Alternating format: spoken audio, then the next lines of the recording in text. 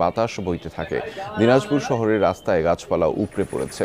বালুয়াডাঙ্গা মোড় হয়ে গড়ে শহীদ মিনার ময়দানের পাশাপাশি আশপাশ এবং কলেজ মোড়, সুইহারি, পাহাড়পুর সহ বিভিন্ন এলাকায় গাছপালা ভেঙে পড়েছে। কোথাও কোথাও ভেঙেছে বিদ্যুতের খুঁটিও। অনেক এলাকায় বন্ধ বিদ্যুৎ সরবরাহ। অসংখ্য ঘরবাড়ি ক্ষতিগ্রস্ত হয়েছে। ঝড়ে লিচু ও আমের বাগানও তছনছ হয়ে পড়েছে। পাকা ধান পড়েছে ক্ষতির মুখে। দিনের আলোতে স্পষ্ট হচ্ছে ক্ষয়ক্ষতির চিহ্ন। সড়ক থেকে গাছপালা সরানোর কাজ চলছে। রাতের বেলা ঝড় হয়েছে, বড় ঝড়, বাড়িঘর দৌড়ও ভাঙে গেছে, গাছপালা ভাঙছে, কারেন্টের পিলারও ভাঙছে। কারেন্টও ওই জন্য নাই। এখন কারেন্ট ছাড়া তো আরো মুশকিল অবস্থা। এই অঞ্চলে ঝড় মানুষ খুব কম দেখে থাকে। আপনাকে আমরা একটু দেখাতে চাই যে গতকালের যে আকস্মিক ঝড়, এই ঝড়ে দিনাজপুরের মোটামুটি পুরো শহর লন্ডভন্ড হয়ে গিয়েছে। বিভিন্ন এলাকায় আপনার ইলেকট্রিক পিলার ভেঙে পড়েছে, আপনার গাছপালা ভেঙে পড়েছে। আমরা সকাল থেকেই দেখতে পেয়েছি যে আপনার ফায়ার সার্ভিসের যে কর্মকর্তাবৃন্দ এবং কর্মীরা এই গাছগুলো সরাবার চেষ্টা করছে। দিনাজপুরে এখন বিদ্যুৎ নেই।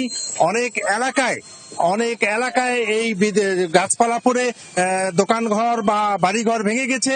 ছাদের নিচে অনেকে আটকা পড়েছিল। আমরা সকাল থেকেই খোঁজ নেওয়ার চেষ্টা করেছি যে এই এলাকায় এই এলাকায় যে ক্ষতিগ্রস্ত, প্রাণহানি, এরকম কোনো ঘটনা ঘটেছে কিনা। কিন্তু আমরা এখন পর্যন্ত প্রশাসনের কাউকে মাঠে দেখতে পাইনি। আমরা শুধুমাত্র ফায়ার সার্ভিস এবং সাধারণ মানুষকেই দেখতে পাচ্ছি। তারা কাজ করতেছে। ফায়ার সার্ভিস প্রশাসনের কাছে আমরা যে নেস্ত কর্তৃপক্ষের সাথে যোগাযোগ করেছিলাম, তারা বলেছে বিদ্যুৎ কখন আসবে বলা যায় না, কারণ যে অবস্থা হয়েছে একেবারে লন্ডভন্ড হয়ে গেছে।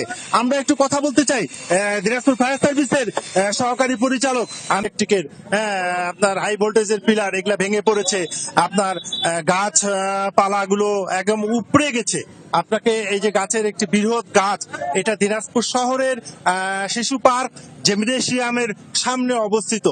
এই অবস্থা দিনাজপুরের অন্যান্য এলাকা থেকেও আমরা খবর পাচ্ছি, এবং অনেক এলাকার টিনগুলি কোথায় উড়ে গেছে, টিন খুঁজে পাচ্ছে না, মাইলের পর মাইল দূরে উড়ে গেছে। আমরা গাছপালাগুলো যেভাবে এখন সরানো হচ্ছে, এরপরে ক্ষয়ক্ষতির বিবরণ পাওয়া যেতে পারে, এবং অন্যান্য এলাকা থেকে আমরা চেষ্টা করতেছি যে কোনো প্রাণহানি বা ক্ষয়ক্ষতি